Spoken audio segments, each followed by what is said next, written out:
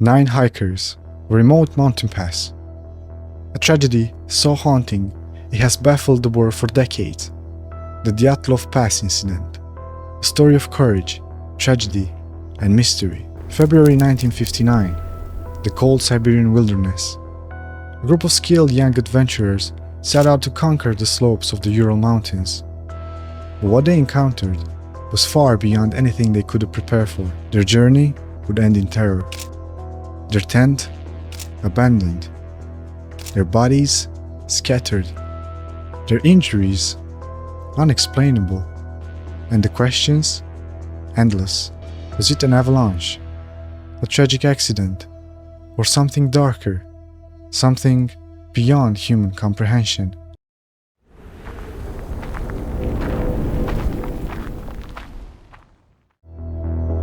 The Dyatlov group was no ordinary collection of hikers. They were students and graduates from Ural Polytechnic Institute. Young adventurers bonded by a shared love of exploration.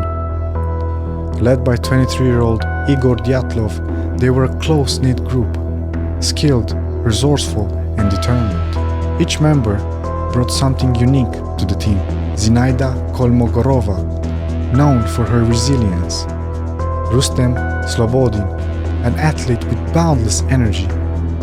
Yuri Doroshenko, fearless and strong.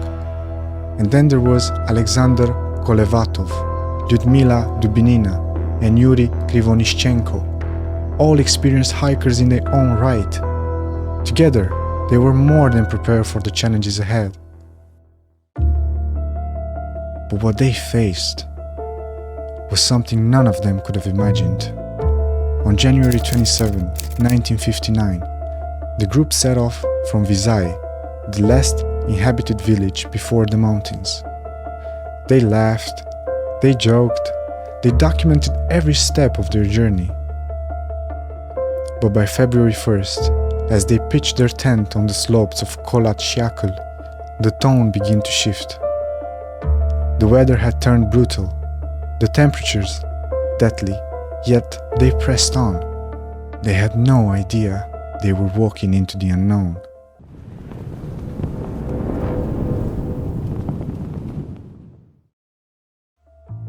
When the hikers failed to return by February 12, concern quickly grew.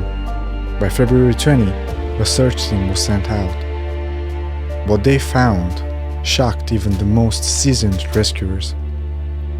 The tent was discovered on February 26. It was partially buried in snow, eerily intact, but abandoned. Its entrance had been slashed open from the inside. The hikers' belongings, boots, jackets, food, were left behind as though they fled in a hurry. But fled from what? There were no signs of an avalanche, no footprints approaching the tent, only a single set of tracks leading away, barefoot, disorganized, as if the hikers had scattered in panic. Why would experienced hikers who knew the dangers of exposure leave their shelter without clothing? Why would they abandon their supplies, their tools, their survival?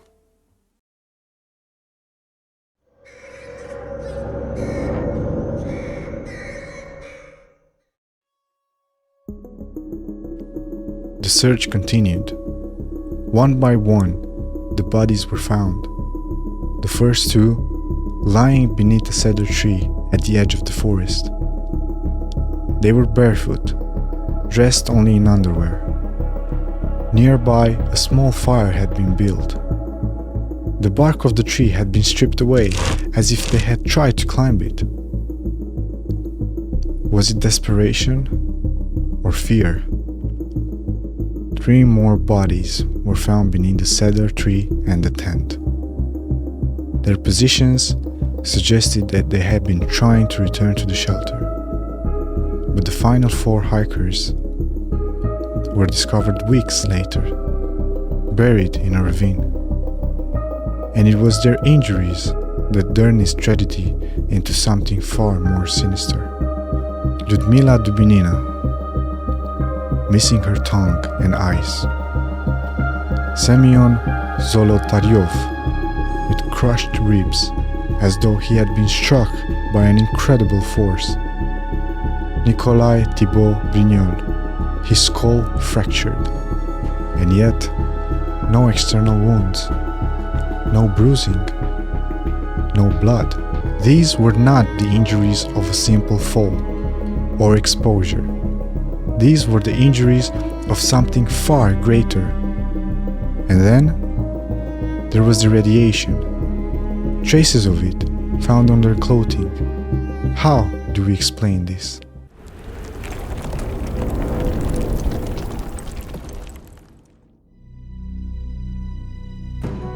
The first theory investigators proposed was an avalanche.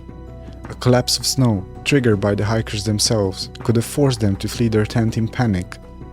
But almost immediately, problems arose. The slope where the tent was found was too shallow. There were no signs of snow buildup, no debris, no damage to the tent poles, and the injuries far too severe for a typical avalanche. Some experts, like Alexander Puzrin, have proposed a slab avalanche, a smaller, more localized collapse of snow. The slab avalanche did not happen immediately after the cut. There was a significant delay.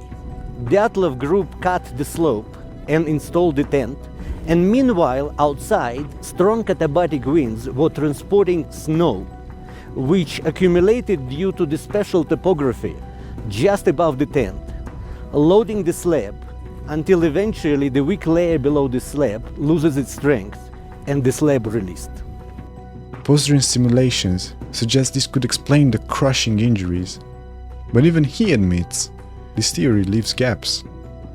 Both scientists are nevertheless cautious about their findings and make it clear that much about the incident remains a mystery.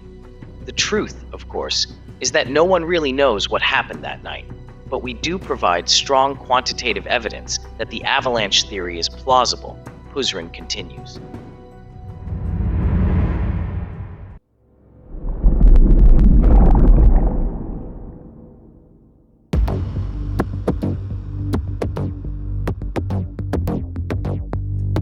Sometimes, when nature fails to explain the inexplicable, we are forced to look beyond, to legends, to folklore, to forces we do not understand. One of the most discussed and controversial theories involves the Yeti. Known in Siberian folklore as the Menk, this creature is said to roam the frozen mountain, elusive yet powerful. Local Mansi legends speak of a being that guards the sacred peaks, punishing those who intrude. Could the Dyatlov group have encountered such a being? There's one clue that proponents of this theory often point to. Among the hikers' photographs is an image, blurred and ominous, of a tall humanoid figure, partially obscured by the trees. To some, it's undeniable proof of the Mank's presence. To others, it's nothing more than a shadow, a trick of the light. But what about the injuries? Could the creature, animal or otherwise, inflict the kind of precision trauma found on the hikers? Broken ribs without external wounds, a missing tongue, eyes removed. These are not the marks of claws or teeth. Could the Yeti be just another legend? One that's found a convenient home in this mystery? Then there are the lights, bright glowing orbs that danced above the mountains on the night of the hikers' disappearance. Witnesses, including members of the search party, describe these lights as spherical, silent, and unnatural in their movements. Some believe these were UFOs. Others say they were Soviet military flares. But what if they were something else entirely? Something we cannot explain. Consider this. Electromagnetic disturbances are often associated with UFO sightings. Could these lights have triggered the states of panic among the hikers? Could they have disoriented themselves, caused them to flee into the freezing night, leaving their shelter behind? And what of the radiation? Could it be linked to one of these unexplained events? Or does it suggest a far more human involvement? Perhaps the most haunting question is this: were there hikers running from something? Or were they being pursued? But not all mysteries lie in the supernatural. Sometimes the most chilling answers come from the shadows of our own creations.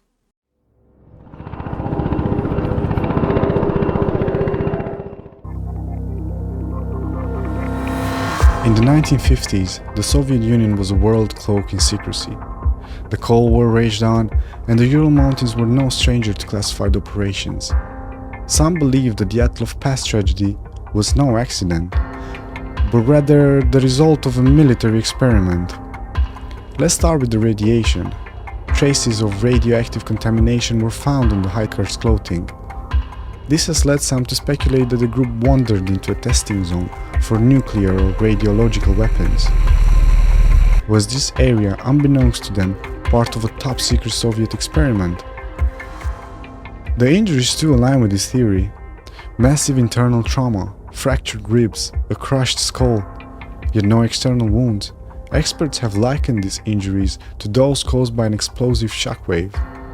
Could the hikers have been caught in the blast radius of a weapon? A device so advanced, so experimental, that it left no trace behind. And then there are the lights. Witnesses describe seeing strange aerial phenomena in the days surrounding the incident. Could this have been flares or drones used as part of military tests, or were they something far more sinister? The Soviet government's response only deepens the mystery. From the very beginning, officials were tight-lipped about the investigations. Reports were classified, families were given vague, incomplete answers, and the case was closed with an ambiguous conclusion: an unknown compelling force. What does that mean? Was it a cover-up? Were the hikers silenced for stumbling upon something they weren't meant to see? But the military theory doesn't stop there. Some have proposed that the hikers themselves were involved in a covert mission, unwitting pawns in a game far larger than themselves. Was their journey into the Ural Mountains merely a pretext? Were they sent to monitor military activities in the region? And if so, were they eliminated to ensure their silence? One chilling possibility suggests the use of infrasound, a low-frequency vibration capable of inducing panic, nausea, and disorientation. Could a weaponized version of this phenomena have driven the hikers to abandon their tent, flee into the night? If so, it would explain the chaos, the panic, the lack of visible injuries. But why would such a weapon be tested here? And at what cost? And yet, despite the weight of these theories, we are left with questions. If this was a military operation, why leave the bodies behind? Why not recover the evidence? Or was this very ambiguity intentional, a way to ensure the truth remains buried? Whether it was a tragic accident, a supernatural encounter, or a man-made disaster, the Dyatlov Pass Incident stands as a chilling reminder of the unknown forces that shape our world. But one thing is certain: the story is far from over. The Dyatlov Pass Incident is a story of tragedy and mystery. Decades later, the case remains unsolved. Every theory offers an explanation, but none can account for everything. What happened on the mountain? An avalanche, a yeti, a military experiment, or something beyond our understanding?